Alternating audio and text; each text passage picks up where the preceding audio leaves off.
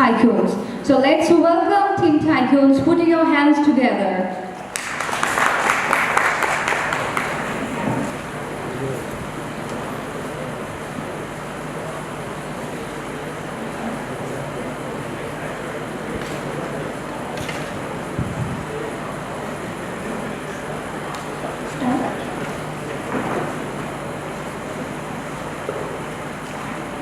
Do you think you know everything about garment sector of Bangladesh?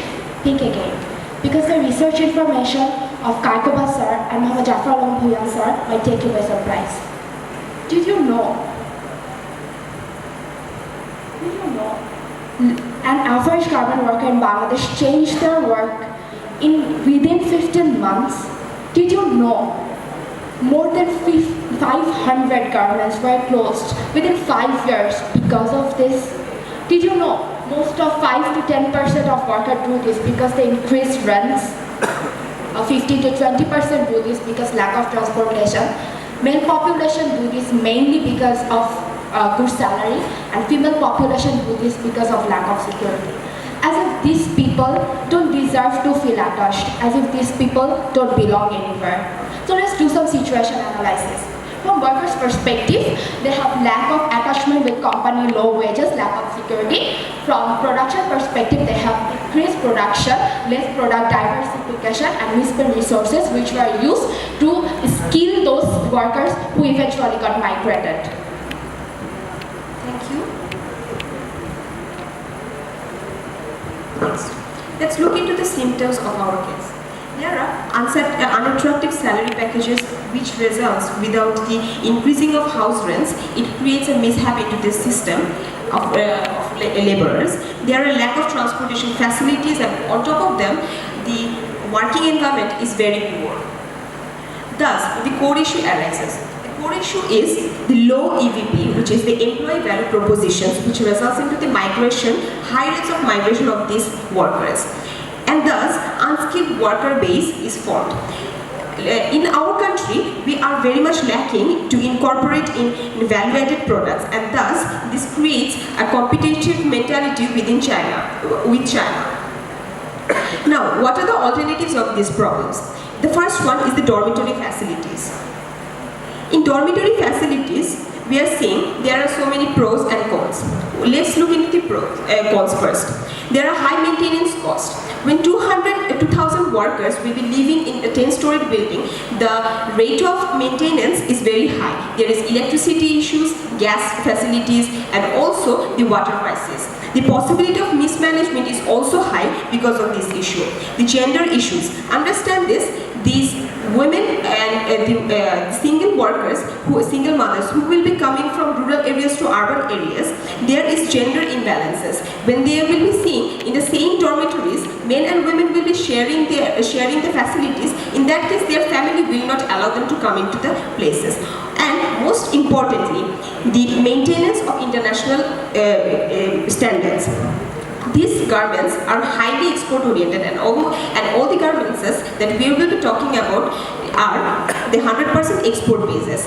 According to Accorded Alliances, they have to maintain the international qualities, and thus, if they cannot maintain the international standards, the possibilities are huge, and thus, even the shutdown of the companies can occur. And finally, the legal basis.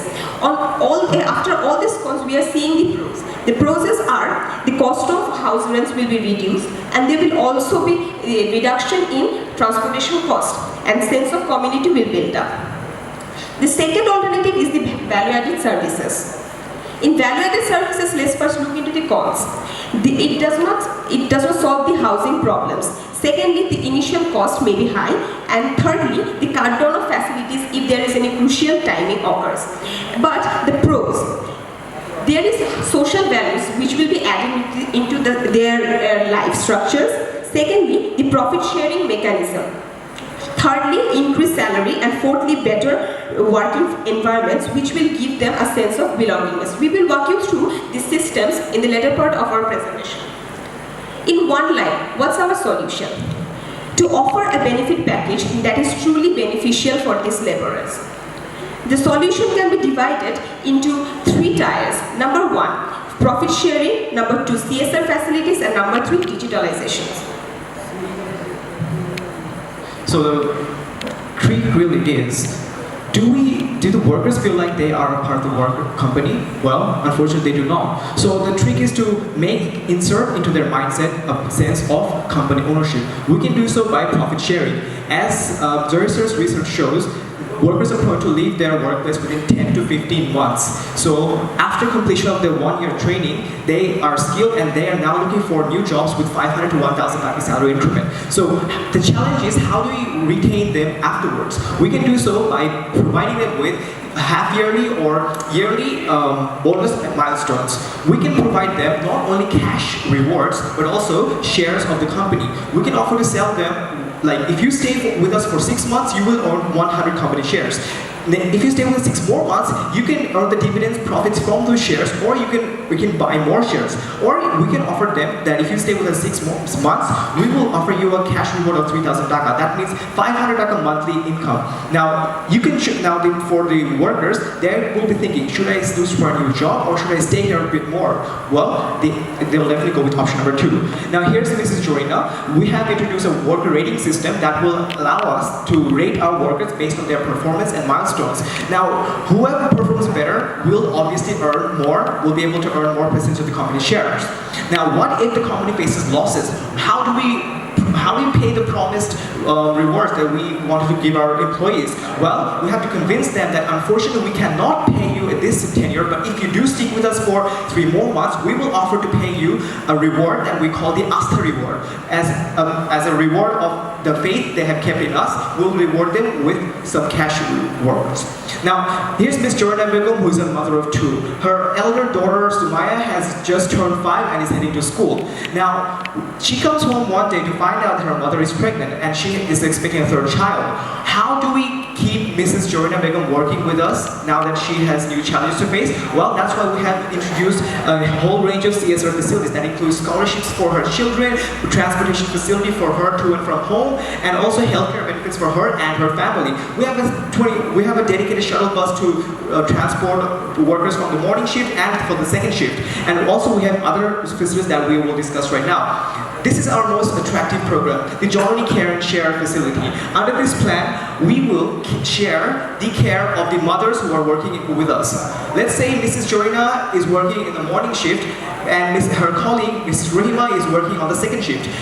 Who will take care of the children while they are not here? Well, under this program, when they enlist with us, we will sign them up for the sharing and caring system. So Mrs. Rahima can take care of Mrs. Jorina's child and the others who are working the morning shift, and vice versa.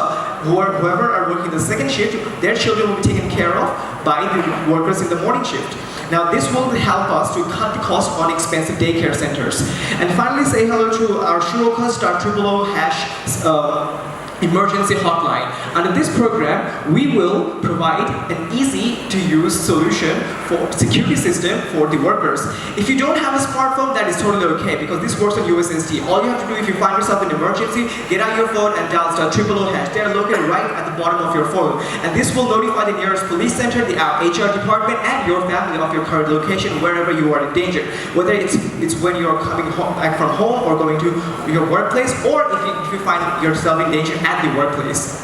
So, remember Mrs. Jorina? This is her now. She's in a much better condition. So say hello to our computerized shift management system that we've introduced in ACS Garments earlier. Now this system will give our workers flexibility and freedom of choosing their shifts, whether they want to request a day off. And they will be given a smart ID card with a QR code. This QR code will have all their details, and whenever they check into our compound, they will scan their ID card and her attendance will automatically be recorded. This means we will know who are present, who are not present, and where the lackings are. So let's say the student department is missing someone, well, we'll just call in someone else to fill in their position for them. And finally, it's very easy to request a swap. If Mrs. Jorina is unable to attend work on one day, her husband can fill in for her. All she has to do is go to our information kiosk. This kiosk will be available, set up at every single floor, and all she has to do is scan her ID card and input the date that she will not be able to work. Her peer, her husband, will have to then confirm that he can fill in for her on that certain date by scanning his ID card. It's very simple and easy to use. And the dedicated hotline button that we have here, well, all you have to do is scan your ID card, press the hotline button, and you can talk to our managers directly to inform them about any complaints that you might have. There's a saying that employees or workers do not quit their job, they quit their managers. So one of the core factors in order to improve productivity of our garments is to improve their mid-level management. We'll do that as well. How? We'll do this in 3 steps. First of all, we will improvise the feedback. By feedback, we mean feedback from the workers to the mid-level employees, to the mid-level employees to the workers, to the mid-level employees to the high-level employees, and vice versa. We'll do mentorship workshops where our upcoming mid-level managers will work under the internship of our existing mid-level managers so that we can have a skilled future managers. Then we'll do trainings for the mid-level managers so that they can communicate well with their employees. As a 100% export-dependent company, we need to extend our focus towards non-traditional markets. As you can see in the graph, non-traditional markets has a staggering 10.48% growth compared to only 6.37 of USA and 7.5 of Canada. So we need to extend our focus toward non-traditional markets and mid-value garments. It's a no-brainer. Let's put things into comparison. If we had chosen the dormitory system, we could have reduced the migration up to as low as 35%. But after adding the value-added features, we can reduce the migration rates up to 80%. We have calculated and found that our value-added features are 47.26% more, give us 47.26% more gains per month compared to the dormitories. We have given a 1-year timeline. In the first year, we'll develop the softwares, our USSD, Tronic Air Share, we'll acquire the transportations and do the HR department alignment. In the next 3 months, we'll do the installations, create awareness, do workshops, and take feedbacks. In the final 6 years, we'll check if we meet our KPIs and also take feedbacks. Given all the valued features, we need 7 lakh taka per month for maintenance. That gives us a 5-year, 42 million taka budget. That's our 5-year financial scheme. Finally, if we do SWOT analysis of our solution, our strength are we're reducing the migration, increasing productivity, we have a skilled and loyal workers. Our weakness is the initial high cost, we don't solve the housing problem, and we have to cut off benefits during the company crisis. Our opportunities are, we will get great attention. Can I have 20 seconds? We'll have direct attention from Alliance and Accord as we are providing a worker-friendly environment. Thus, we'll get international reach as well. And our threat is uncooperative workers and other governments. So that concludes, our workers are not happy, they're willing to help us, they're willing to make the world a better place. Thank you.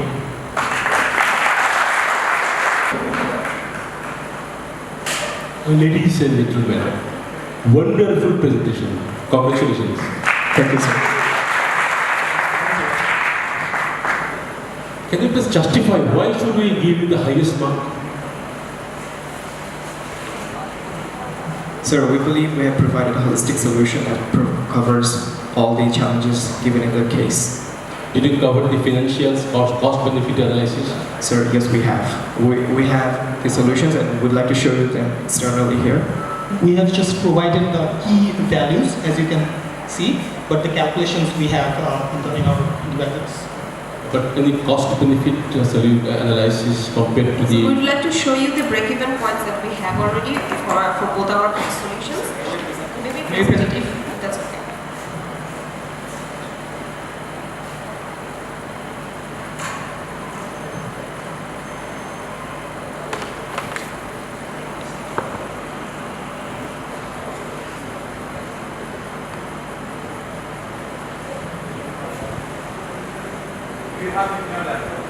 Yes, sir. Sir, not in, since it's not Okay. It's okay. Key results are here, the main results. We're getting 14. Yeah. So we have calculated the break-even point for the first case because we were asked to provide the break-even for the first case, not the second one. We have found that the first case doesn't reach its break-even point within 5 years. It is really far from reaching the break-even points because of the high maintenance cost and everything. If I may add to that, there is nothing mentioned in the case that the workers need to pay a specific amount of rate in order to stay in the dormitory. So we are thinking that these are free of cost. So that increases the maintenance by a huge amount. Okay, thank you very much. I have some comments. First of all, excellent presentation. Thank you for that. Thank you, sir. I have some comments and suggestions from the guys who had actually prepared this business case scenario. No doubt it's a very interesting scenario, but there's a small flaw only. Because what I see, to justify the dormitory, they have specifically mentioned a 10-story building for 2,000 inhabitants. Actually, it doesn't make sense. To be honest, there is no such building in the world, for any RMG in the world, which will build a 10-story building for 2,000 workers. It's too dangerous. The dormitories usually built, though we don't have the culture in Bangladesh, but the dormitories in China or the dormitories in other places, even Vietnam, a proper dormitory could still be a very good solution for this kind of situation. Because if you look at the per square feet rent our RMG workers pay for the most disgusting dormitories they rent out, it is probably more expensive the per square foot of Gulshan area, of the most posh area of Bangladesh. So if we really can provide a good dormitory facilities with a safe environment, and we charge the workers at a reasonable rate, even the rate they are paying currently, but giving them a much better hygienic and better environment, it can be a really interesting business return from ROI point of view as well. But actually I don't blame you, because the case has decided that they have to really specifically mentioned it's a 10-story building, and that's why maybe you have ruled out the option. But anyway, thank you for your analysis. So may I add something? In the case it's mentioned that the cost of the construction of the building, for a 10-story building, that's also very unreasonable, sir. The cost of construction? Yeah, my mistakenly they didn't add the units here, but I guess it might be BDT, but that also doesn't make sense. For example, for a 2,000 dwelling living space, if I consider approximately 30,000 square feet, that would cost probably, the building would cost approximately 6 crore taka. On top of that, the land cost will be another, let's say, 6 crore taka. So, but still, if you consider 10 to 12 crore taka, the payback is not very big, and it's a one-time cost. And maintenance cost, if you get the rent from the workers, the maintenance cost is not that high. Because the workers will pay all the utilities bill, the workers will pay the rents. All the management of the factory, what they need to do is just to have a couple of admin stuff to maintain the disciplines and securities and these kind of features. So it's still a very good business case scenario, and it can actually make bigger impact in terms of migration, to be honest. Because currently what the RMG workers does, they take the salary on 7th or 8th of the month and then just disappear. They don't give any resignation, they don't give anything, any prior notice. But when somebody is using a dormitory, they cannot just do this, because they have to give some prior notice, and they need to make some preparation, they need to make some prior planning. So it is actually a very decisive factor for avoiding the migration. So I'd like to add 2 points. When we calculate, so we assume that if the garments worker did pay 1,000 taka rent for each worker, the ROI for a dormitory would be far better than that of the value-added services. And so also another calculation that we did was, if we provide them with company shares, they are eligible for a lifetime of rewards, lifetime of returns.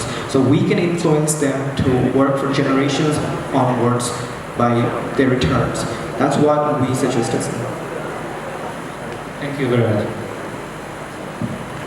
Thank you. First of all, congratulations, very nice presentation, and good to see figure-based comparison in here.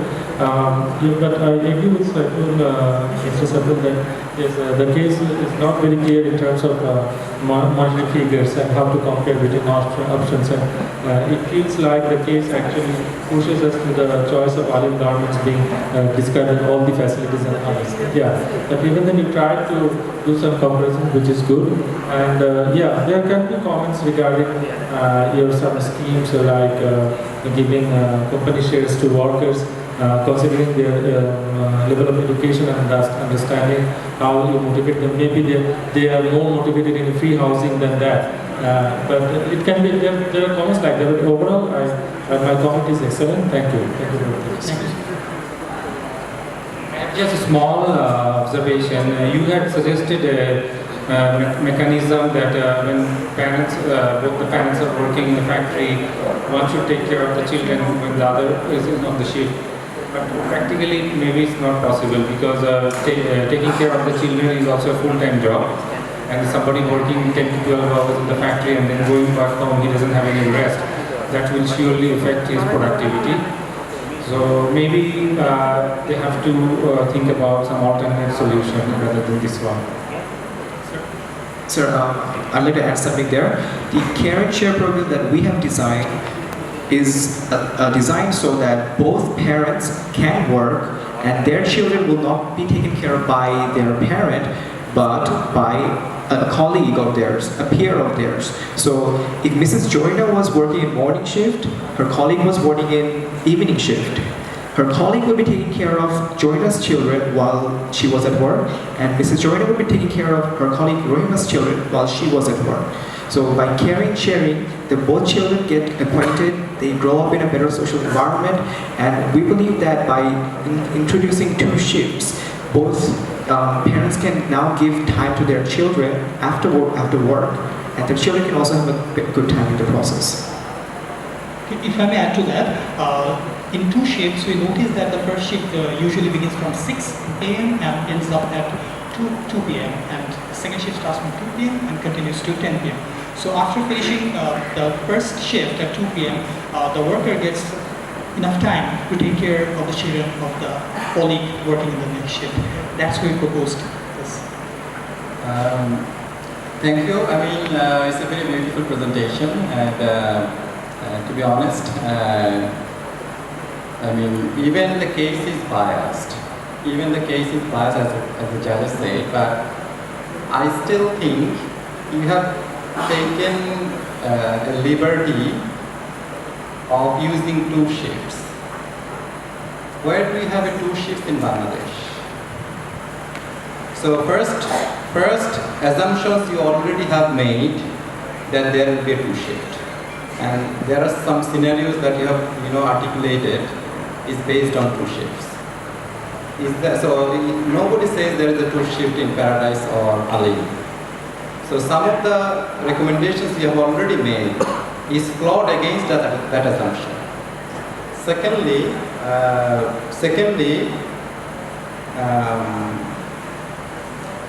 if you could take that assumption, you could also take that assumption that 10-story building may not be possible, but there could be some alternative based on this.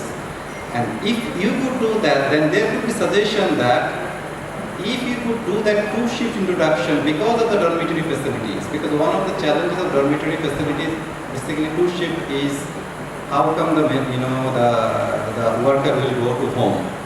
Now there is in one shot you can solve 2 problems. Dormitory could solve your 2 shifts problem. You could come into that solution. Maybe you need more space in terms of dormitory, but because you need half of the space to run the similar kind of production. How do you think about that? Sir, to be honest, we introduced the 2-shift as a suggestion of our program. And sir, we believe that in this case. Sorry, sir? In this case. Sir, that was a recommendation in our program, sir. Where is it? So it was not mentioned in the case, but we believe that if we introduce this system, we can increase their productivity and... But that's a totally different proposition. That itself is a debatable position, and you have to justify that why this two shift will come from, how this two shift will come from. Because that's another scenario you're talking about. Sir, as we have read in the case, the government is now really focused on increasing its productivity. So we are guessing, this is one of our suggestions, as well as we have taken in mind that they might have two shifts, or if not, they can have two shifts in order to increase their productivity, as it is a productivity-oriented garment, as mentioned in the case. Sir, if I may add to that, since we are considering the value-added services, therefore in value-added services, to maintain the lifestyle of the workers, two shifts management will reduce that hassle towards their activities and also improve their productivity. That's how a good working environment can be created. So that means, in your case, if Alim Garments cannot introduce two shifts, your total premises has been, or solution has been lost. Is that so? No, sir. In that case, sir, if you opt out this recommendation from the solutions, then the ROIs that we have already shown, and the calculations that we have shown, that still remains aside. It should be double then, isn't it? At least 70% higher. Sorry, sir? Because then your ROI will be, much longer, isn't it? If you already propose that two shifts, whatever you happen based on this two shift, you recommended something and you showed your ROI. Now, this two shift proposition has been coming out of, you opted out of it.